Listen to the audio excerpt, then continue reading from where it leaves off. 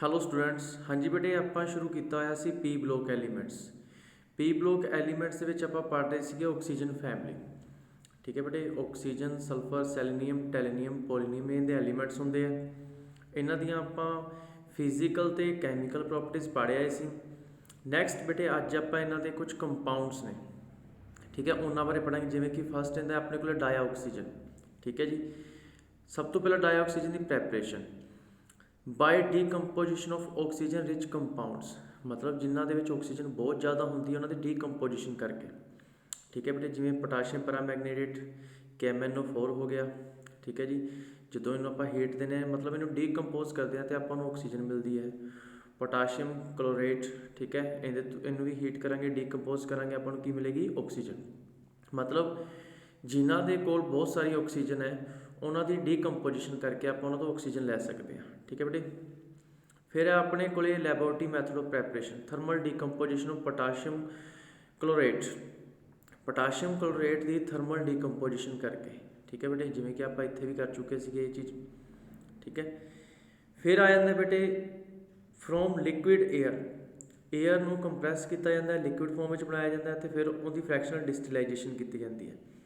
Most economical method for commercial preparation of dioxygen involve liquefaction of air ਦੀ liquefaction ਕਰਕੇ। ਫਿਰ ਉਹਨੂੰ ਕੀ ਕੀਤੇ ਜਾਂਦੇ ਬੇਟੇ? ਉਹਦੀ ਫ੍ਰੈਕਸ਼ਨਲ ਡਿਸਟਿਲਾਈਜੇਸ਼ਨ।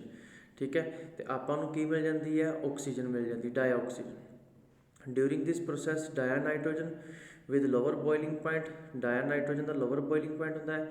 ਠੀਕ ਹੈ, 77 ਕੈਲਵਿਨ ਟੈਂਪਰੇਚਰ 'ਤੇ ਹੀ, ਠੀਕ ਹੈ, ਵੇਪਰ ਬਣ ਕੇ ਉੱਡ ਜਾਂਦੀ ਹੈ। ਅਤੇ ਲਾਸਟ 'ਤੇ ਆਪਣੇ ਕੋਲ ਕੀ ਬਚ ਜਾਂਦੀ ਹੈ? ਡਾਈਆਕਸੀਜਨ। ਠੀਕ ਹੈ, ਇਹਦਾ ਹਾਈਅਰ ਬੋਇਲਿੰਗ ਪੁਆਇੰਟ ਹੁੰਦਾ 90 ਕੈਲਵਿਨ ਇਨ ਲਿਕੁਇਡ ਸਟੇਟ। ਠੀਕ ਹੈ ਬੇਟੇ, ਸਮਝ ਲੱਗੀ? ਇਸ ਦੀ ਪ੍ਰੈਪਰੇਸ਼ਨ ਆਕਸੀਜਨ ਰਿਚ ਕੰਪਾਊਂਡਸ ਤੋਂ।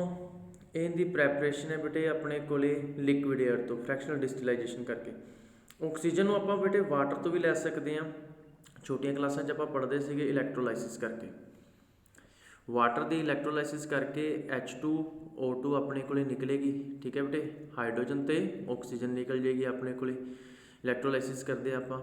ਠੀਕ ਹੈ, ਫਿਰ ਆਉਂਦੇ ਬੇਟੇ ਉਹਦੀਆਂ ਅਟੋਮਿਕ ਅਤੇ ਫਿਜ਼ੀਕਲ ਪ੍ਰੋਪਰਟੀਜ਼। ਜਿਹੜੀ ਡਾਈਆਕਸੀਜਨ ਉਹ ਕਲਰਲੈਸ ਹੈ, ਓਡਰਲੈਸ ਹੈ, ਟੇਸਟਲੈਸ ਗੈਸ ਹੁੰਦੀ ਹੈ ਆਪਣੇ ਕੋਲੇ।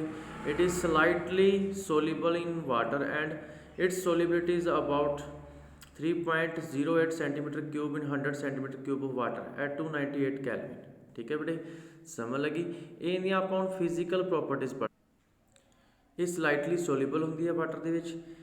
It liquefy at 90 kelvin and freeze at 55 Kelvin.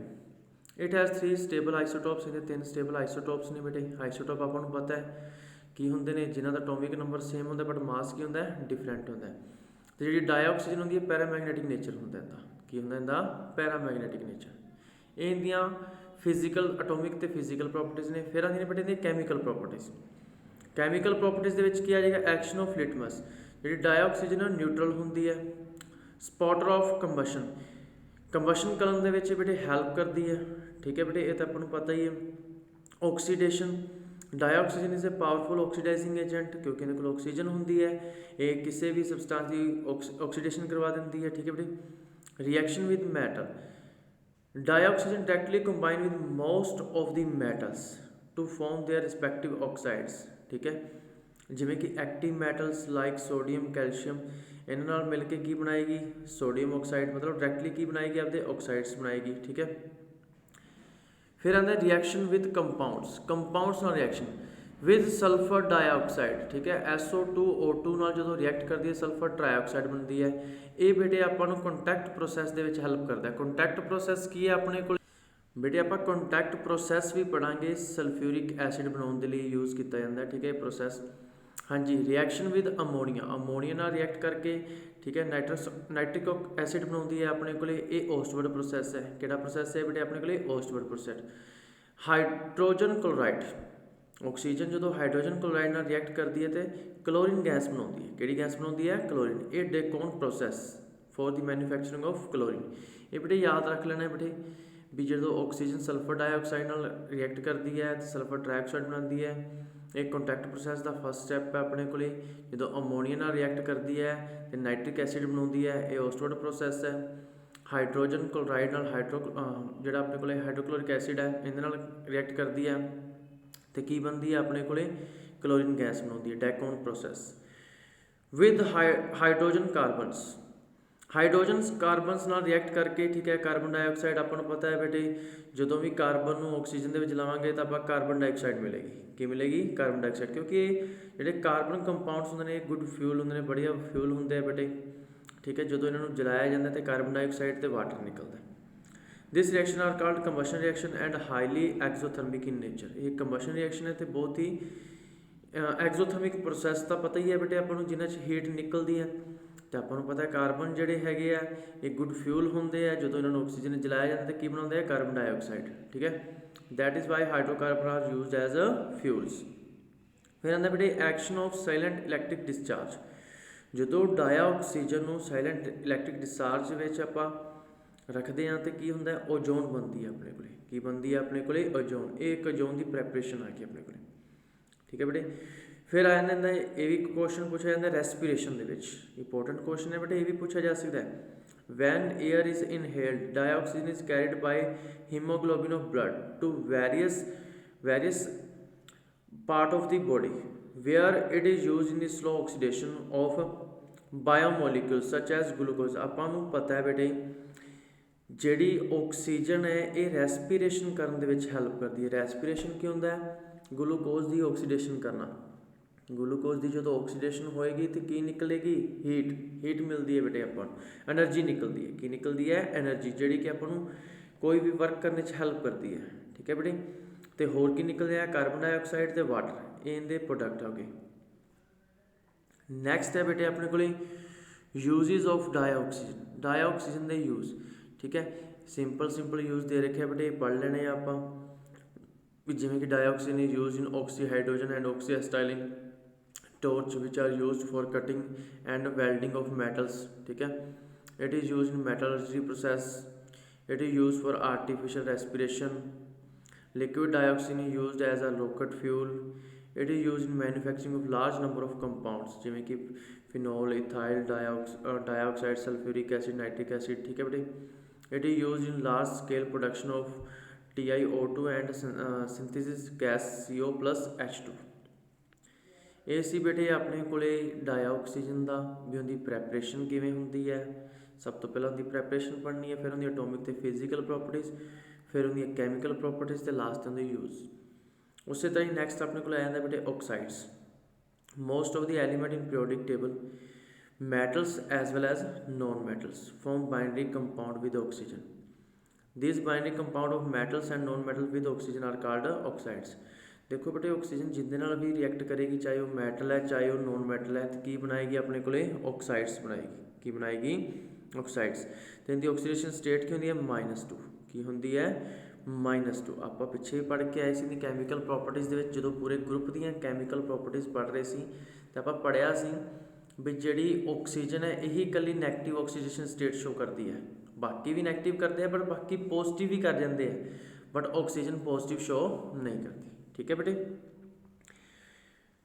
simple oxides are best classified on the basis of their acid base properties these are classified into the following 4 categories basic oxide acidic oxide amphoteric oxide ਤੇ neutral oxides basic oxide बेटे ਆਪਾਂ ਜਦੋਂ ਛੋਟੀਆਂ ਕਲਾਸਾਂ ਵਿੱਚ metal ਤੇ non metal ਦੀਆਂ properties ਪੜ੍ਹਦੇ ਹਾਂ ਕੈਮੀਕਲ ਪ੍ਰੋਪਰਟੀਜ਼ ਤਾਂ ਉੱਥੇ ਆਪਾਂ ਪੜ੍ਹਦੇ ਹਾਂ ਵੀ ਜਿਹੜੇ ਮੈਟਲ ਹੁੰਦੇ ਨੇ ਉਹ ਬੇਸਿਕ ਆਕਸਾਈਡ ਬਣਾਉਂਦੇ ਆ ਜਿਹੜੇ ਨੋਨ ਮੈਟਲ ਹੁੰਦੇ ਆ ਉਹ ਐਸਿਡਿਕ ਆਕਸਾਈਡ ਬਣਾਉਂਦੇ ਆ ਠੀਕ ਹੈ ਬੇਟੇ ਹੁਣ ਇਹੀ ਚੀਜ਼ ਆਪਾਂ ਇੱਥੇ ਪੜਾਂਗੇ ਦੋ ਚੀਜ਼ਾਂ ਤੇ ਉਹੀ ਆ ਜਾਣਗੀਆਂ ਬੇਸਿਕ ਆਕਸਾਈਡ ਠੀਕ ਹੈ ਜਦੋਂ ਵੀ ਇਹ ਕੰਬਾਈਨ ਕਰੇਗੀ water to form a base मतलब an oxide is said to be basic कोई भी ऑक्साइड बेसिक कदों होएगा ठीक है जो वाटर नाल रिएक्ट करके की बनाएगा बेस बनाएगा बेस जिवें कि सोडियम ऑक्साइड है वाटर नाल रिएक्ट करके की बना रहा है सोडियम हाइड्रोक्साइड एसिडिक ऑक्साइड की होएगा जो भी कोई ऑक्साइड वाटर नाल रिएक्ट करके की बनाएगा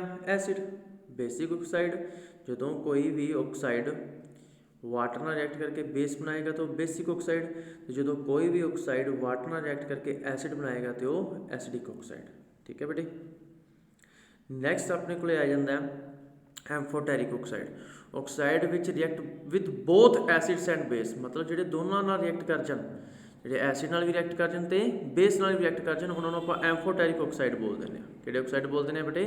ਐਮਫੋਟੈਰਿਕ। ਠੀਕ ਹੈ, ਜਿਵੇਂ ਐਲੂਮੀਨੀਅਮ ਆਕਸਾਈਡ ਹੈ, ਠੀਕ ਹੈ, ਐਲੂਮੀਨਾ, HCl ਪਲੱਸ ਵਾਟਰ ਆ ਗਿਆ ਆਪਣੇ ਕੋਲੇ, ਠੀਕ ਹੈ, ਹੈਗਜ਼ਾ ਐਕਵਾ ਐਲੂਮੀਨੀਅਮ 3 ਆਇਨਸ ਬਣ ਜਾਏਗਾ ਆਪਣੇ ਕੋਲੇ।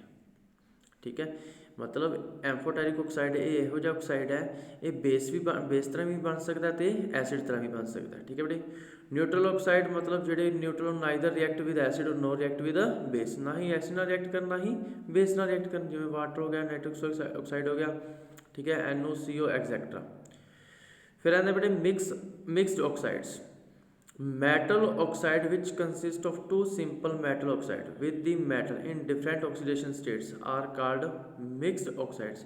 मतलब ਕੀ ਹੋਇਆ ਬੇਟੇ, ਹੁਣ ਆਪਣੇ ਕੋਲ ਇੱਥੇ ਲੈਡ ਆਕਸਾਈਡ ਹੈ, ਲੈਡ ਹੈ, ਹੁਣ ਜਦੋਂ ਆਪਾਂ ਇਹਨੂੰ HNO3 ਨਾਲ ਰਿਐਕਟ ਕਰਦੇ ਹਾਂ ਤਾਂ ਆਪਣੇ ਕੋਲੇ PbO2 plus PbNO3 ਦੋ ਆਪਣੇ ਕੋਲੇ ਆਕਸਾਈਡਸ ਬਣ ਗਏ ਲੈਡ ਦੇ। ਠੀਕ ਹੈ ਜੀ, ਇਹੀ ਚੀਜ਼ ਨੇ ਕੀ ਹੈ, ਜਦੋਂ two simple metal oxide with the metal in different oxidation state, ਦੋਨਾਂ ਦੇ ਵਿੱਚ ਜਿਹੜਾ ਮੈਟਲ ਹੈ ਲੈਡ, ਇਹਦੀ ਆਕਸੀਡੇਸ਼ਨ ਸਟੇਟ ਕੀ ਹੋਏਗੀ? ਅਲੱਗ ਹੋਏਗੀ। ਇਹਨਾਂ ਨੂੰ ਆਪਾਂ ਮਿਕਸਡ ਆਕਸਾਈਡ ਬੋਲ ਦਿੰਦੇ ਹਾਂ। ਹਨ ਦੋਨੇ ਹੀ ਆਕਸਾਈਡ ਲੈਡ ਦੇ, ਪਰ ਦੋਨਾਂ ਦੇ ਵਿੱਚ ਲੈਡ ਦੀ ਜਿਹੜੀ ਆਕਸੀਡੇਸ਼ਨ ਸਟੇਟ ਹੋਏਗੀ ਕੀ ਹੋਏਗੀ ਬੇਟੇ? ਉਹ ਅਲੱਗ ਹੋਏਗੀ।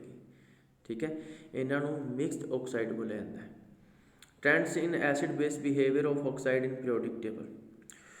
On moving from left to right in a given periods in periodic table, the nature of oxides show a gradually variation from strongly basic through amphoteric to strongly acid।